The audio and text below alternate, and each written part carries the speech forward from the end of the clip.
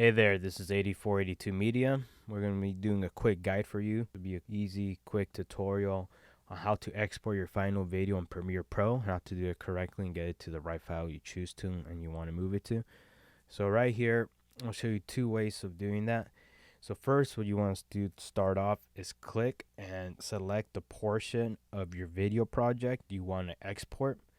So for this, I'm going to choose the beginning of the video here. I'm going to click I on your keyboard, and then let's go to the end of the video where you want to export, and I'm going to click O. So I'm going to go right, select everything, make sure it's all selected, so this highlighted portion here. So there's two ways, like I said. You can, first one, make it quick and easy, Command or Control and M, so that's going to export. And then the other ones, go back to edit, clicking your export option up here, choosing the right name, so let's title it, and then make sure you have the correct selected file.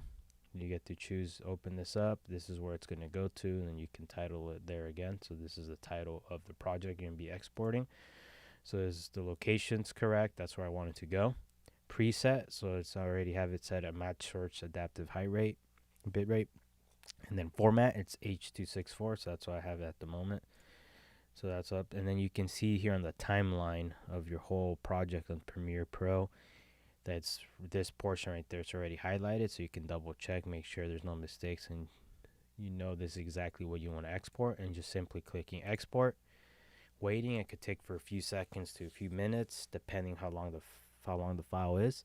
All right, as you can see, it's done. You have the icon pop up. Your video has exported successfully and ready to go. So hopefully that helped you out. Quick guide to that and save you some time. Catch you in the next one.